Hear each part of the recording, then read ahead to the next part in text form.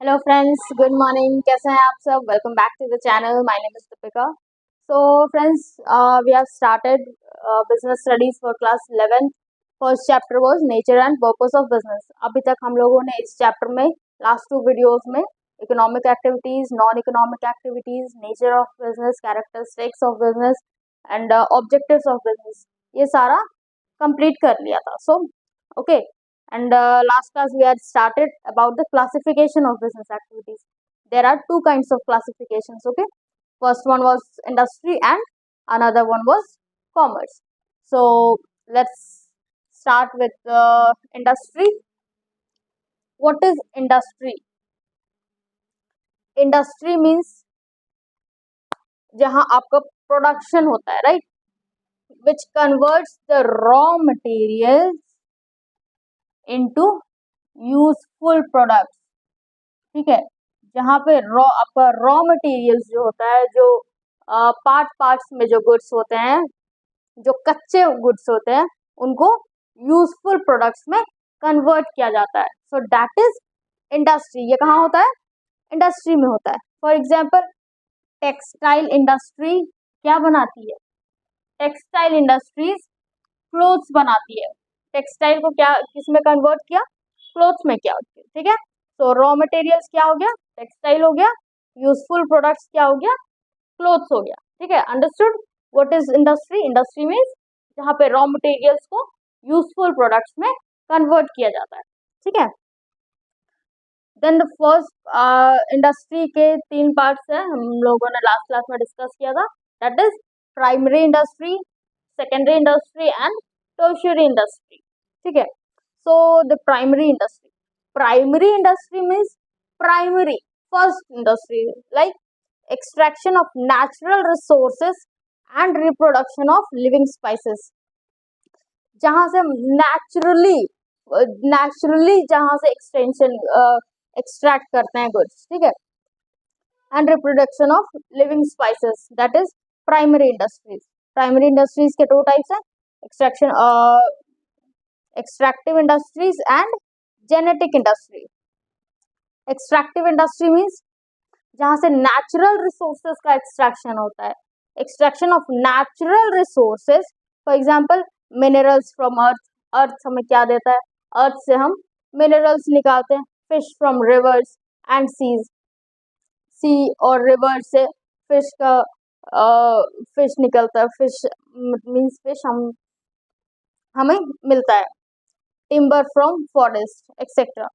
सो ये सारा primary industries में आता है। ठीक है,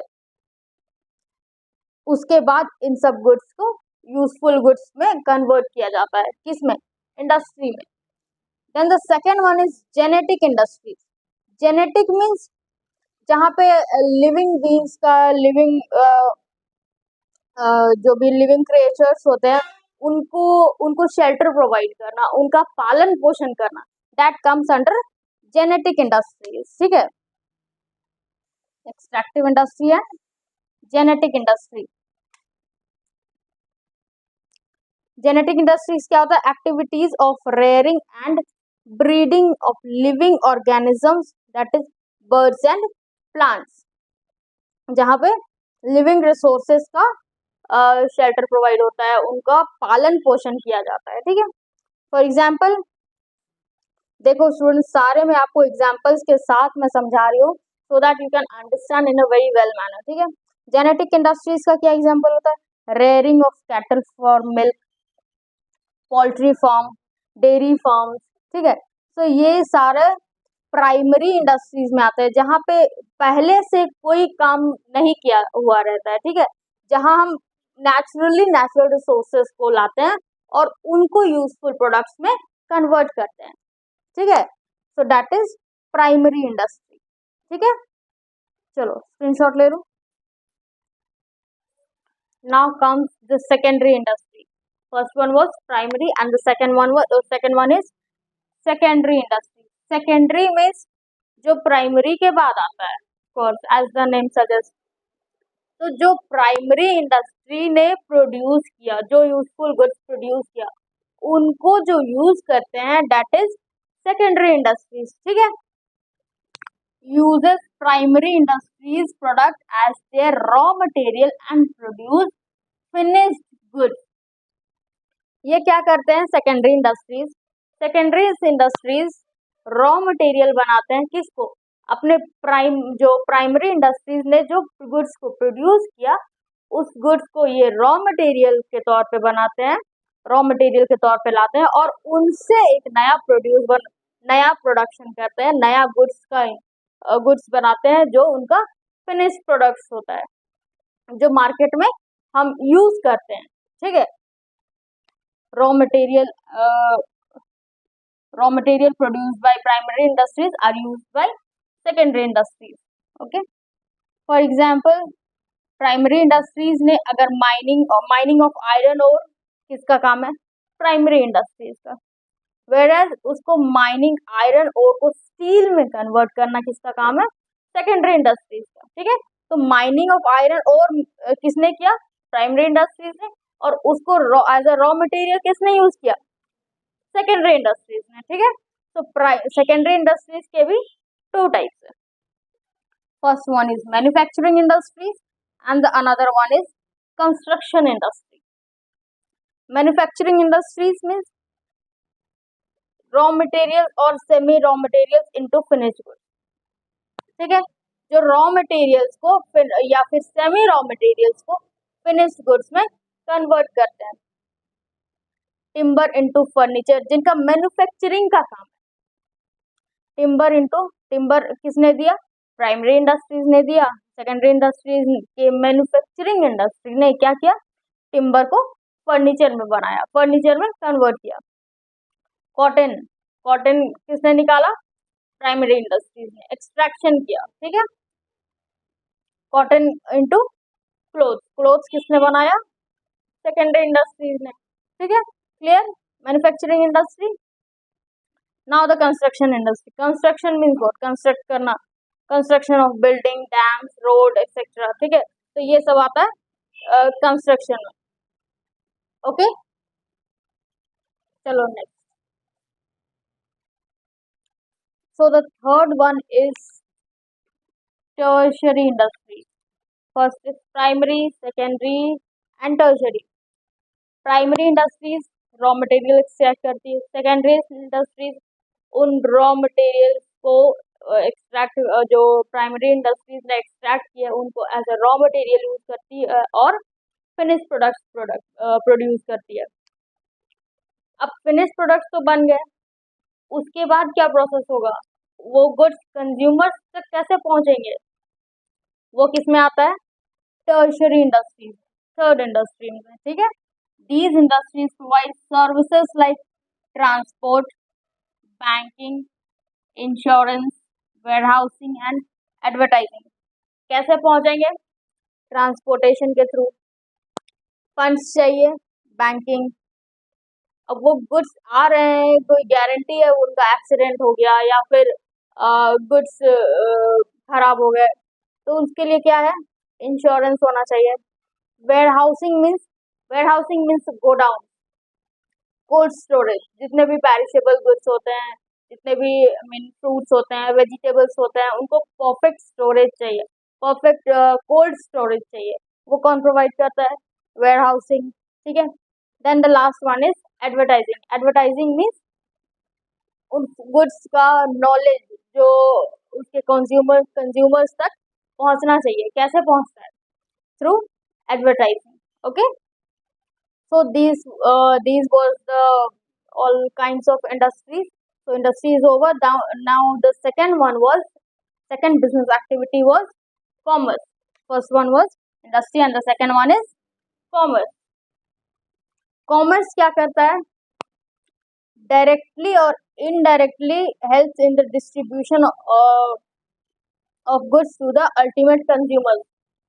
डायरेक्टली इनडायरेक्टली जितने भी प्रोसेस होते हैं जो एक इंडस्ट्री से लेकर के कंज्यूमर्स तक पहुंचने तक का, वो सारा किसका प्रोसेस रहता है? वो प्रोसेस कहाँ आता है? कॉमर्स में आता है। ठीक है, all those activities which help directly और indirectly in the distribution of goods to the ultimate consumers. उनके जो अल्टीमेट कंज्यूमर्स हैं उन तक जो गुड्स पहुंचाने का काम होता है वो काम होता है कॉमर्स का, ठीक है।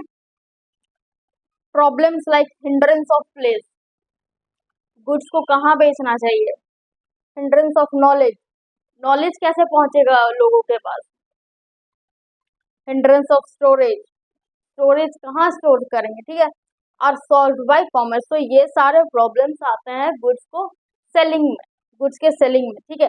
तो ये ये प्रॉब्लम्स किसके थ्रू सॉल्व किए जाते हैं, कॉमर्स के थ्रू, ठीक है। हम लोग इसे डिटेल्स में करेंगे। इसके दो पार्ट्स हैं, trade and aids to trade, ठीक है। तो स्क्रीनशॉट ले लो, इसके बाद हम लोग ये ट्रेड और एड्स टू ट्रेड क्या है वो करते हैं।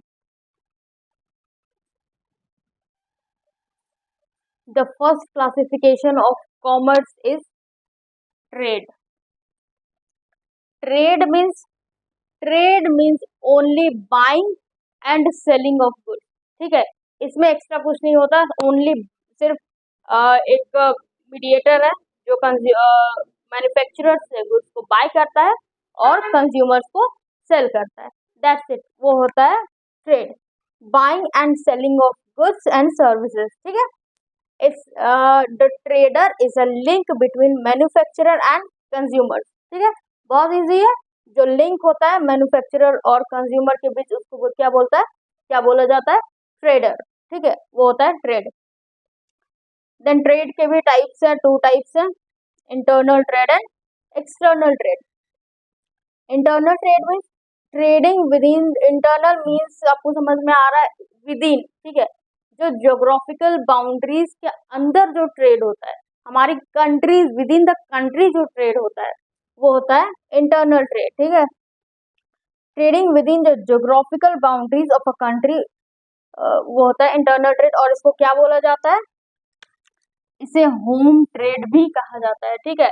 तो ये स्टूडेंट्स ये छोटे छोटे वर्ड्स याद करो, हो सकता है आपको ये एग्जाम्स में पूछे जाए, ठीक है। तो इंटरनल ट्रेड को और क्या कहा जाता है, होम ट्रेड। इसके भी दो पार्ट्स है, wholesale trade and retail trade. Wholesale trade means जिन्होंने जिस ट्रेडर ने होलसेलिंग जिसने ज्यादा क्वांटिटी में गुड्स खरीदे और उनको फिर अलग अलग रिटेलर्स को बेचते हैं, वो छोटी छोटी क्वांटिटीज में बेचते हैं, ठीक है, वो होता है wholesale trade. Then comes retail trade. Retail trade means हम लोग जहाँ पे जाते हैं, किराना दुकान, जो कंज्यूमर्स से डायरेक्टली कनेक्टेड है, ठीक है, जो कंज्यूमर्स को डायरेक्टली प्रोडक्ट बेचते हैं वो होता है रिटेल ट्रेड। ये स्मॉल क्वांटिटीज में गुड्स लेते हैं फ्रॉम होलसेलर एंड उनको फिर कंज्यूमर्स तक पहुंचाते हैं, that is retail trade. Then the another one is external trade. External means one was internal means within the geographical boundary. External means outside the geographical boundaries. Trade between two or more countries. किसी दो या दो से ज्यादा countries के बीच जो trade होता है वो होता है एक्सटर्नल ट्रेड, ठीक है। और ये बहुत ही वाइड मार्केट होता है, बहुत ही ज्यादा लंबे प्रोसेस होते हैं इसमें, ठीक है। इसके तीन टाइप्स है, export, import and interport. Export means हम जो गुड्स बाहर भेजते हैं, इम्पोर्ट मीन्स बाहर से गुड्स जो हमारी कंट्रीज में आते हैं। And what do mean by interport, interport means हमने कंपनी ए से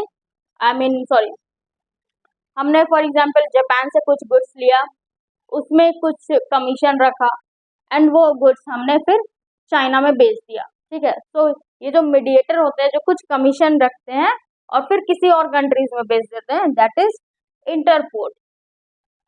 फॉर एग्जांपल ब्राजील और चाइना में फिलहाल फाइटिंग हो रही है, उनके बीच वॉर चल रहा है, वो एक दूसरे से आपस में कोई ट्रेडिंग नहीं कर सकते। तो इंडिया क्या करती है, ब्राजील से गुड्स लेती है और फिर वो रशिया या चाइना को फिर बेचती है, ठीक है। तो वो होता है interport. Next is first one was trade and the second one is trade और auxiliaries to trade. Auxiliaries to trade means जो फ्री फ्लो ऑफ ट्रेड को, मतलब ट्रेड को स्मूथली फ्लो हो, वह उसमें हेल्प करता है, smoothly flow, smoothly flow, of goods and services, ठीक है, वो होता है, वो किस में आता है, aids and aids to trade. अब ये aids and auxiliaries to trade ये आपका इम्पोर्टेंट पार्ट हो जाता है, इसके बारे में हम डिस्कस करते हैं, ठीक है, चलो इतना कर लो। Then what are aids and auxiliaries to trade. अब एड्स क्या, एड्स एंड और एक्सिलरीज टू ट्रेड क्या है। First one is transport and communication. Transport means transfer from one place to another. Communication means एक दूसरे से कम्युनिकेट करना, एक दूसरे से इंफॉर्मेशन का एक्सचेंज करना। For example labour and goods from one place to another. Labour भी कभी भी एक जगह से नहीं मिलते। फॉर एग्जाम्पल हमारे कंट्रीज में बहुत सारे लोग हैं जो बाहर से आए हैं, बहुत सारी कंट्रीज में ऐसे लोग हैं जो इंडिया से गए हैं, ठीक है, तो कैसे हो रहा है ये, थ्रू ट्रांसपोर्टेशन गुड्स, वो हो गया लेबर्स एंड गुड्स। क्या आपको इंडिया में सारा इंडियन प्रोडक्ट्स ही मिलते हैं, नहीं, आपको इम्पोर्टेड प्रोडक्ट्स भी इंडिया में अवेलेबल मिलते हैं। कैसे, थ्रू ट्रांसपोर्ट। ट्रांसपोर्ट के थ्रू एक गुड्स, एक लेबर, वर्कर्स, गुड्स सारे एक प्लेस से दूसरे प्लेस पे ट्रांसफर हो सकते हैं, ठीक है, from one place to another. exchange of information and second one is communication, exchange of information between producer, consumer and trader। कैसे होता है, थ्रू कम्युनिकेशन, ठीक है। Second one is banking and finance. इतने बड़े बड़े बिजनेस करने हैं, ट्रांसपोर्ट के लिए पैसे चाहिए, लॉरी खरीदनी है, पैसे कहाँ से आएंगे, थ्रू बैंक, ठीक है। बैंक क्या करती है, हमें लोन्स प्रोवाइड करती है, क्रेडिट फैसिलिटीज देती है, ओवरड्राफ्ट फैसिलिटीज देती है। ओवरड्राफ्ट मीन्स हमारे अकाउंट में जितने पैसे हैं उससे कुछ बढ़ा करके और फिर उसमें इंटरेस्ट लेती है, ठीक है, तो दैट इज ओडी, ओवरड्राफ्ट। ये सारे फैसिलिटीज हमें कहाँ से अवेलेबल होती है, बैंक से। Then the third one is insurance. Insurance में हर बिजनेस में रिस्क है, risk due to fire, theft, accident, by chance कोई एक्सीडेंट हो गया, चोरी हो गई, आग लग गई, तो ये सब कैसे कवर होगा, ये सारा रिस्क थ्रू इंश्योरेंस, ठीक है। Warehousing, warehousing means as I told you, warehousing means godown, ठीक है, storage for goods not consumed immediately. अब सारे के सारे गुड्स प्रोड्यूस होने के बाद तुरंत कंज्यूम नहीं किए जाते हैं, ठीक है, उसको काफी कुछ टाइम तक रखा जाता है। फॉर एग्जाम्पल बहुत सारे प्रोडक्ट्स आपने देखा होगा जिसका एक्सपायरी डेट आफ्टर 6 मंथ है और आफ्टर 1 ईयर है, तो उन सबको एक परफेक्ट स्टोरेज देना, ठीक है, वो किसका काम है, warehousing. Then the fifth one is advertising. Advertising means information कैसे ट्रांसफर होगा, कंज्यूमर्स को कैसे पता चलेगा आपने ये गुड्स प्रोड्यूस किया है, ठीक है, तो थ्रू एडवर्टाइजिंग। आपको एडवर्टाइजिंग करनी होगी उस गुड्स की, इंफॉर्मेशन रिगार्डिंग यूजेस, क्वालिटी और प्राइसेस, ठीक है, ये कैसे पता चलेगा कंज्यूमर्स को, थ्रू एडवर्टाइजिंग, ठीक है, इतना क्लियर है। ये हो गया आपका business activities over. Now the most important topic business risk. ये लास्ट टॉपिक है इस चैप्टर का, बट इम्पॉर्टेंट है। देखो कोई भी बिजनेस बिना रिस्क के नहीं चलता है, ठीक है, बिजनेस मतलब रिस्क।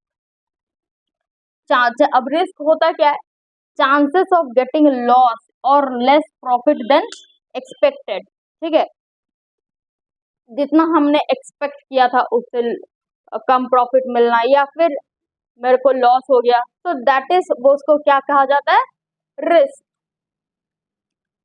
देखो रिस्क जितना ज्यादा होगा प्रॉफिट भी उतना ही ज्यादा होगा, रिस्क जितना कम होगा प्रॉफिट भी उतना ही कम होगा। ये सेंटेंस ये मार्क कर लो, नो रिस्क नो गेन। जब तक कोई रिस्क नहीं लोगे आपको कोई गेन नहीं होगा, आपको कोई प्रॉफिट नहीं होगा, कोई इनकम नहीं होगा, ठीक है। So you have to take risk in business, risk is the most important part. चलो अब नेक्स्ट करते हैं, what are the causes of risk. Risk के क्या क्या कॉजेज हो सकते हैं, नेचुरल रिस्क, ठीक है, natural risk, natural causes, human causes, economic causes and physical causes. Natural causes means जो naturally होता है, जिसमें human beings का कोई कंट्रोल नहीं होता, ठीक है. फॉर एग्जाम्पल फ्लड आ गया, अर्थक्वेक आ गया, ड्रॉट हो गया, ठीक है. तो ये सब नेचुरल रिस्क है. इसमें कोई भी ह्यूमन का कोई कंट्रोल नहीं हो सकता है, उसको कवर नहीं किया जा सकता है पहले से, ठीक है. ह्यूमन कॉजेज क्या होते हैं? फॉर एग्जाम्पल किसी एम्प्लॉयज ने डिसऑनेस्टी हो गई, डिसऑनेस्ट हो गए. एम्प्लॉयज में leak a business secret and में कमिट फ्रॉड. किसी एम्प्लॉयज ने बिजनेस का जो सीक्रेट है वो कॉम्पिटिटर को बता दिया, ठीक है, या फिर उसने फ्रॉडगिरी कर दी. वो होते हैं human causes. Then the next one is economic causes. Economic causes mean जो मार्केट के थ्रू होते हैं, जो इकोनॉमी की वजह से मार्केट में आते हैं. Fluctuation in the market, change in fashion, taste of consumer के टेस्ट में कुछ कॉम्पिटिटर ने कुछ हमारे प्रोडक्ट के मुकाबले किसी कॉम्पिटिटर ने उससे कॉम्पिटिटिव प्रोडक्ट निकाल दिया, या फिर कुछ एडिशनल फंक्शन डाल करके उसको कुछ नए तरीके से पेश कर दिया, ठीक है. तो वो कस्टमर सारे उनके तरफ चले गए, तो कस्टमर का टेस्ट चेंज हो गया, फैशन चेंज हो गया. तो वो होते हैं economic causes. Physical causes mean change in technology. Technology में कुछ चेंजेस हो गए और वो टेक्नोलॉजी के चेंजेस की वजह से मशीनरी हमारी आउटडेटेड हो गई, या फिर हम किसी ओल्ड टेक्नोलॉजी को प्रोसेस में किए हुए हैं. So that is physical causes, ठीक है. Now what are the types of risk? Insurable risk means which can be recovered very easily, ठीक है, जो इजीली रिकवर किया जा सकता है. कोई लॉस हुआ, कोई रिस्क आया, लॉस हुआ, वो इंश्योरेंस कंपनी के थ्रू हमें फुल पेमेंट मिल गया. So that is insurable risk. Second one is non insurable risk. Non insurable means no protection is available. कोई प्रोटेक्शन नहीं है, वो टोटली नॉन इंश्योरेबल है. For example change in demand. Customer ने demand change कर दिया, वो हमारे लिए रिस्क हो गया, हमारा जितना मैन्युफैक्चर्ड प्रोडक्ट था वो बर्बाद हो गया, ठीक है. So that is non insurable. Third one is speculative risk. Speculative risk means both the possibility of profit और loss as well as loss, ठीक है. या तो प्रॉफिट होगा या तो फिर लॉस होगा. Speculative means both the possibility of profit as well as loss. Then the fourth one is pure risk. Pure risk means other laws होगा, अदर लॉस नहीं होगा, ठीक है. या तो लॉस होगा या तो फिर लॉस बिल्कुल नहीं होगा. For example fire. अब आग लग गई, आग लग गया तब तो रिस्क है, बट आग नहीं लगा तो कोई रिस्क नहीं है. थेफ्ट, चोरी हो गई, स्ट्राइक, एम्प्लॉयज ने स्ट्राइक कर दिया, ठीक है. तो ये होगा तो लॉस होगा, अदरवाइज कोई लॉस नहीं होगा, ठीक है.